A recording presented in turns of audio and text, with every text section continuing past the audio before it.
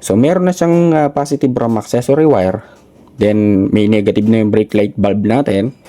So kapag pinindot mo yung or piniga mo yung brake lever natin or yung preno sa kamay, yung positive source na galing dito sa may accessory wire, magkocontact lang dito sa micro switch.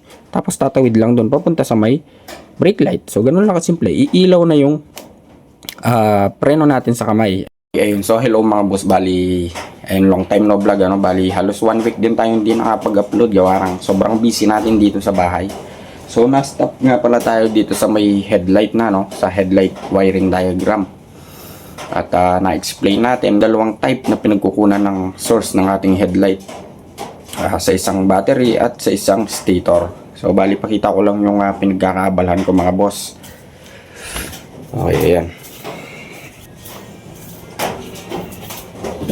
So baba lang tayo dito.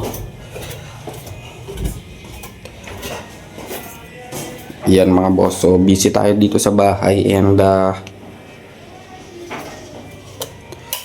ayan, so ako lang kasing gumagawa dito. Yun.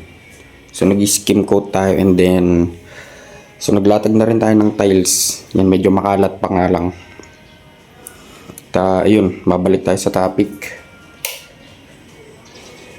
Yun, so meron pa tayong gagawin dito at napakarami pa.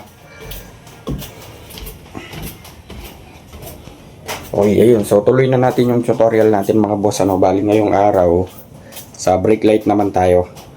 At nandito na nga pala yung ating board. So burahin ko lang to. Okay, ayun. At bali ang next tutorial nga pala natin mga boss, since tapos na tayo sa headlight, sa brake light naman tayo.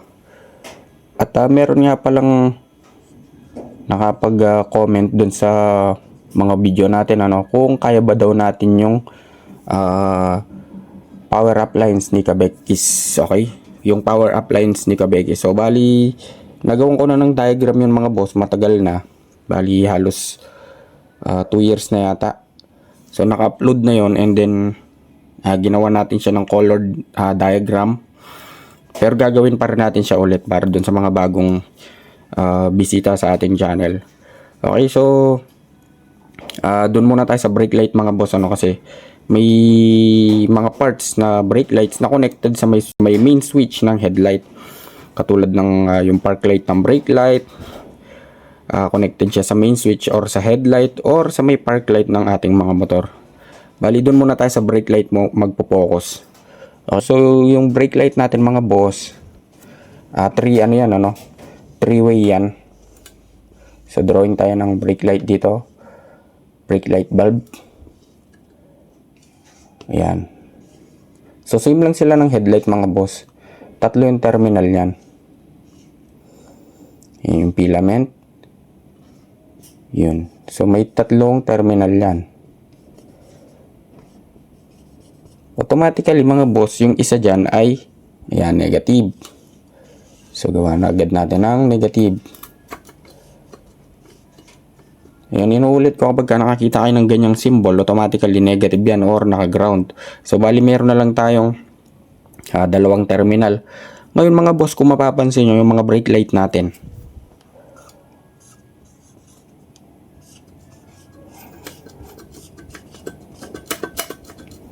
yan, brake.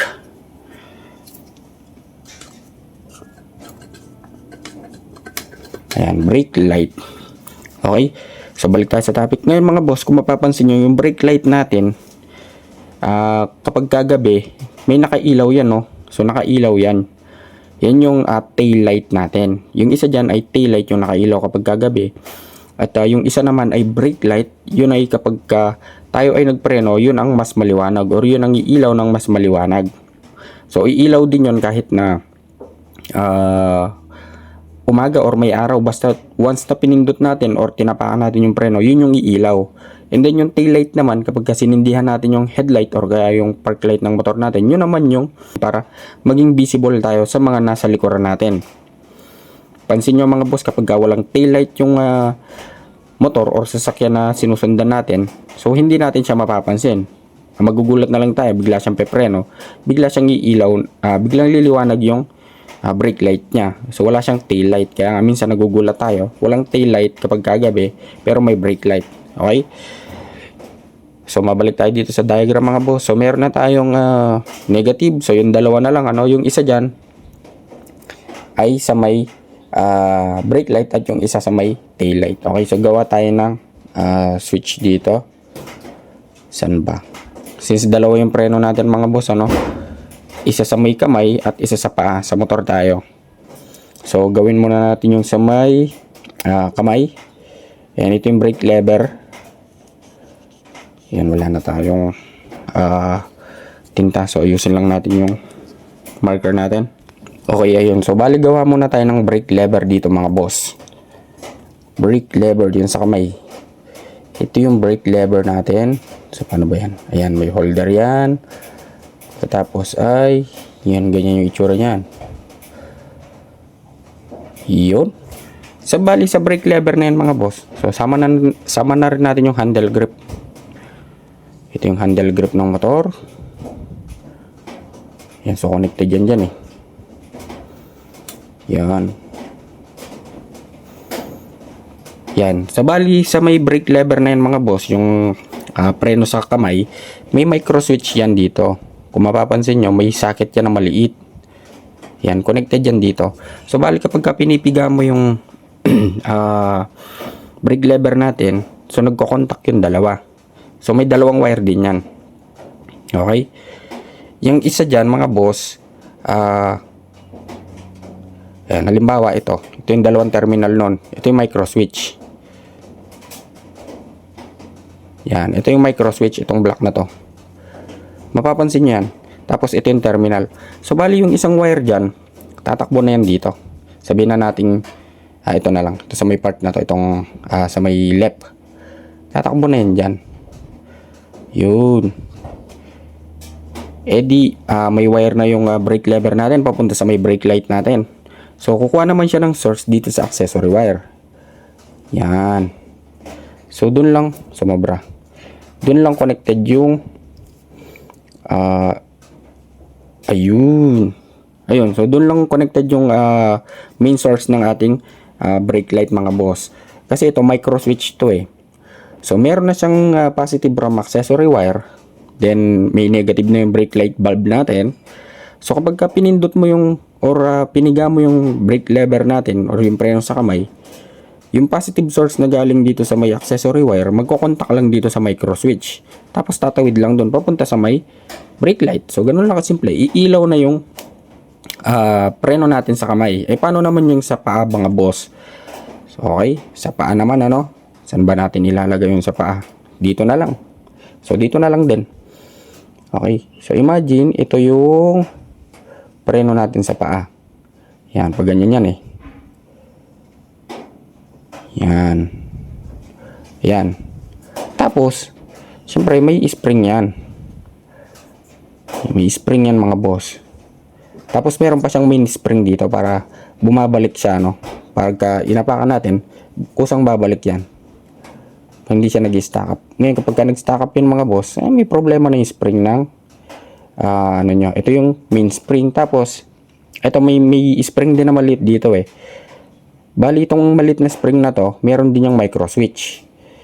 Sabihin na natin ito. Tapos ito yung spring na maliit.